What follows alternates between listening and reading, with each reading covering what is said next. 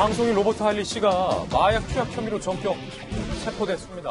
자택에서 필로폰을 투약한 사실을 경찰이 확인을 했습니다. 로버트 할리 씨의 이야기 직접 들어보시죠.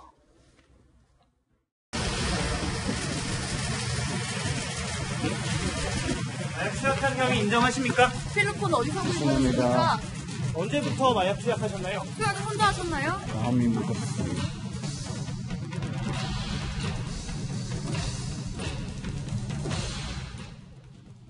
네, 이 로버트 할리 씨가 자택에서 필로폰을 계속해서 투약을 했다라는 사실에 대해서 죄송하다라고 조금 전에 이야기를 했는데 일단은 박소영 기자, 네. 로버트 할리 씨가 아니 어떻게 이 마약에 손을 댔고 사실 뭐 언제부터 마약을 해왔는지 그리고 어디서 이 마약을 구매한 겁니까?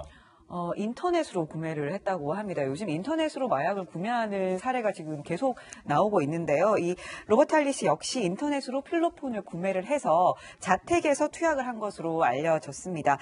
이 마약을 구매하고 한 차례 투약한 혐의 등 일부 혐의는 인정을 했지만 상습적으로 투약했는지 이 부분에 대해서는 아직 확인이 되지 않고 있는 상황인데요. 지금 보시는 것처럼 밤새 이렇게 지금 체포가 된 상황입니다. 로버트 할리 씨 같은 경우에는 굉장히 유명하죠. 그 미국 출신이고요. 국제 변호사입니다. 그 한국인 여성과 결혼을 해서 부산에서 살아왔었는데요.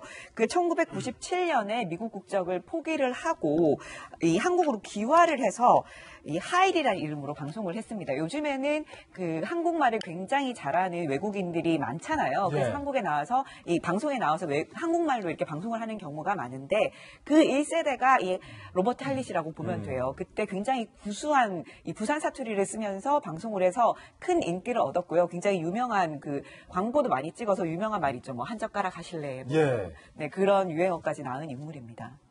부산 외국인 학교를 설립해서 부산 외국인 학교 이사장이 사실은 또 이번에 처음 알았는데 아니 김광선 변호사님 칼잡이 검사 출신이잖아요. 로버트 할리 씨가 인터넷으로 이렇게 마약을 구매했다라는 사실이 정말로 믿기지 않을 정도로 좀 당황스러운 이야기인데 그렇게 인터넷으로 마약을 구매하기가 쉽습니까?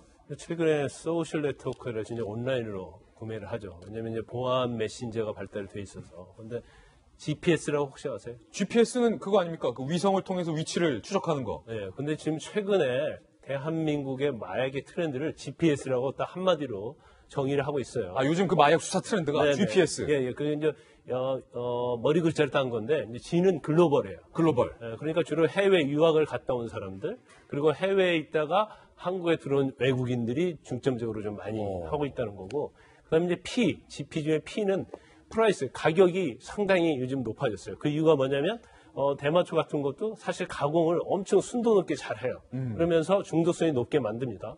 가격이 상당히 높아졌고, 또 P의 또 하나는 포스트예요.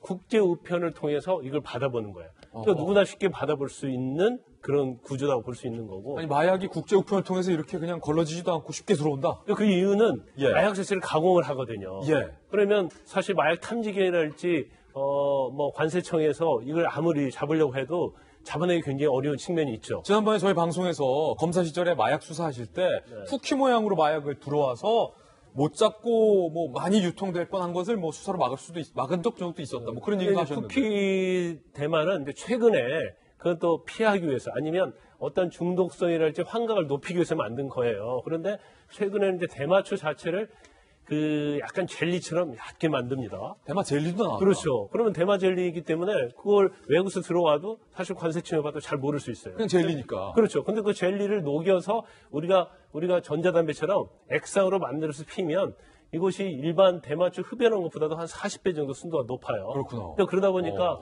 우편을 통해서 국제 우편을 통해서 굉장히 유입이 많이 되고 있고 마지막 하나 이제 제일 중요한 부분인데 바로 GPS의 S. S인데 소셜 네트워크예요.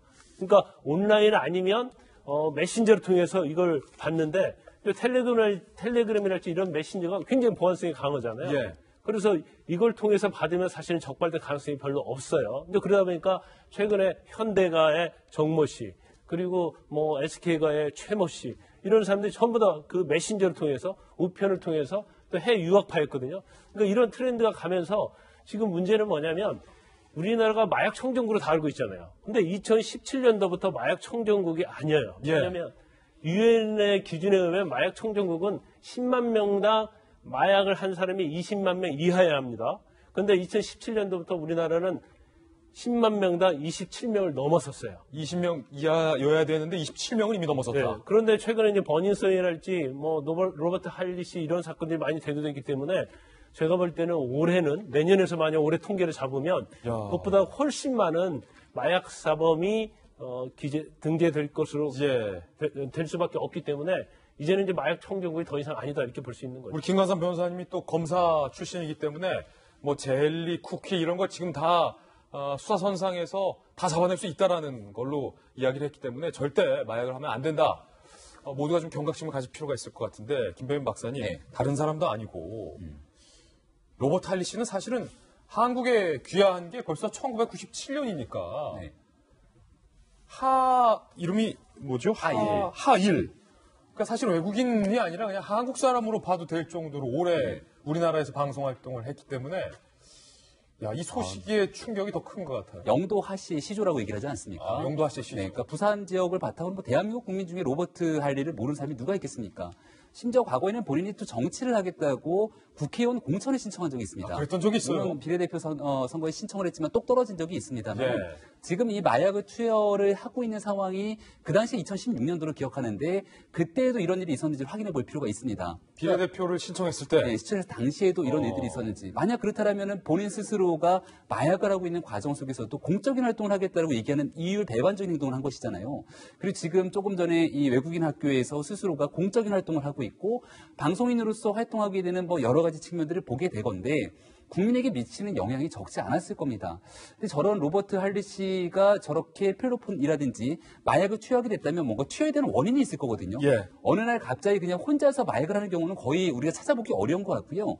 마약 투여에 대해서는 분명히 함께하는 주변에 지인들이 있기 마련인데 이런 과정 속에서 로버트 할리 씨와 이렇게 마약을 함께 권유하거나 투약했던 사람이 있는지 없는지를 좀 분명히 확인할 필요가 있는 것 같다는 생각이 들고 지금 저 정도까지의 인물들도 이렇게 마약으로부터 노출이 있다면 과연 대한민국에 얼마나 많은 사람들이 마약에 노출되어 있는 건가라는 이 생각이 들어서 좀 두렵다는 생각이 드는데요. 예. 그동안 많은 연예인들이 마약을 통해서 여러 차례 사회적 지탄을 받았는데 시간이 조금 지나고 나면 다시 방송으로 돌아오거나 활동을 재개하는 모습을 봅니다. 따라서 마약에 대한 이 투여에 대해서 분명하게 사회적 처벌에 대한 기준을 확실하게 높여놓을 때가 되지 않았는가 이런 말씀도 꼭 드리고 싶습니다.